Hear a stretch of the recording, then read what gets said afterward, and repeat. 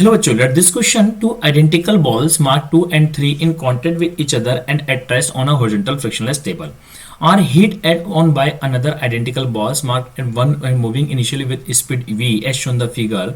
Assume the collision is elastic, then marked out the correct statement. आइए बेटा, हमें इसमें देखो स्पेशली क्या बोला गया है कि 3 आइडेंटिकल बॉल्स हैं। यहाँ पे जो पहली बॉल है बेटा वो भी जिसका मास भी वही है, जो यहाँ पे सेकंड बॉल का मास है, जो यहाँ पे थर्ड बॉल का मास है। ये सेकंड बॉल है और ये थर्ड बॉल है बेटा, तीनों के मास सेम है, तीनों आइडेंटिकल बॉल्स हैं बेटा, और ये v स्पीड से जा रहा है। और कॉलिजन जो हो रहा है इनके बीच में, जब कॉलिजन होता है तो वो कॉलिजन यहाँ पे स्पेशली बोला है कि इलास्टिक कॉलिजन होता है और आइडेंटिकल बॉल्स हैं बेटा, दोनों आइडेंटिकल बॉल्स हैं T2 एंड 3, और जो पहली है वो भी आइडेंटिकल बॉल्स है बेटा। तो आइडेंटिकल बॉल्स मतलब मास सेम है बेटा और इलास्टिक कॉलिजन्स है। तो हम एक बात जानते हैं, कॉलिजन्स क्या था बेटा, इलास्टिक कॉलिजन है। तो बेटा इलास्टिक कॉलिजन्स के लिए हमें पता है फॉर इलास्टिक कॉलिजन्स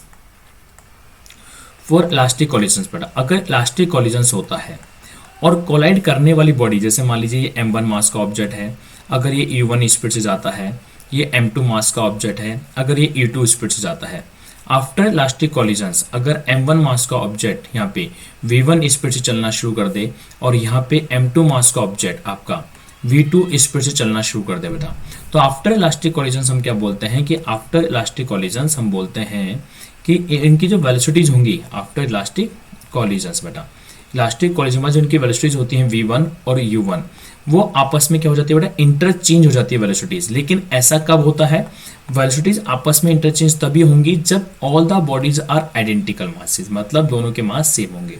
अगर यहाँ पे m1 m2 मास बराबर है, आइडेंटिकल मासेस हैं, तो इलास्टिक कॉलिजन्स की प्रॉपर्टी हम जानते हैं। इलास्टिक कॉलिजन प्रॉपर्टीज कहती है कि अगर all the bodies are identicals, तो आफ्टर इलास्टिक कॉलिजन्स होने के बाद, जैसे आपका कॉलिजन्स होगा तो कॉलिजन्स होने के बाद इनकी जो वेलोसिटीज हैं वो आपस में क्या हो जाती हैं, इंटरचेंज हो जाती हैं बेटा। कि जो v1 वेलोसिटी है वो आपकी u2 के बराबर हो जाएगी, मतलब v1 इस वेलोसिटी से मूव करेगा और v2 जो है बेटा आपका वो इस वेलोसिटी से मूव करेगा, मतलब a और b जो वेलोसिटीज है बेटा इनकी वेलोसिटी आपस में इंटरचेंज हो जाएगी। आफ्टर कॉलिजन्स a की वेलोसिटी b के बराबर हो जाएगी, b की a के बराबर हो जाएगी, मतलब इंटरचेंज हो जाती है। तो वही चीज यहाँ पर है, यहाँ इलास्टिक कॉलिजन्स हो रहा है, मास यहाँ पे बराबर है। अभी सेकंड किस कंडीशन पे था, रेस्ट कंडीशन पे था। तो पहले की और दूसरे की अगर हम बाद में बात करूं बेटा, तो पहला v स्पीड से मूव कर रहा है और दूसरा आपका रेस्ट कंडीशन पर है। तो आफ्टर कॉलिजन्स क्या होगा कि पहला जो है आपका पहले वाला वो तो रेस्ट कंडीशन पर आ जाएगा और दूसरा वाला जो ऑब्जेक्ट है वो v स्पीड से मूव करने लग जाएगा। फिर दूसरे और तीसरे बीच में कॉलिजन्स होगा, तो दूसरा आपका v स्पीड से जा रहा होगा और तीसरा आपका भी रेस्ट कंडीशन पर होगा। तो आफ्टर इलास्टिक कॉलिजन्स क्या होगा कि दूसरा आपका रेस्ट कंडीशन पर आ जाएगा, दूसरा आपका रेस्ट कंडीशन पर आ जाएगा और तीसरा आपका v स्पीड से चल देगा बेटा, ये होने वाला है।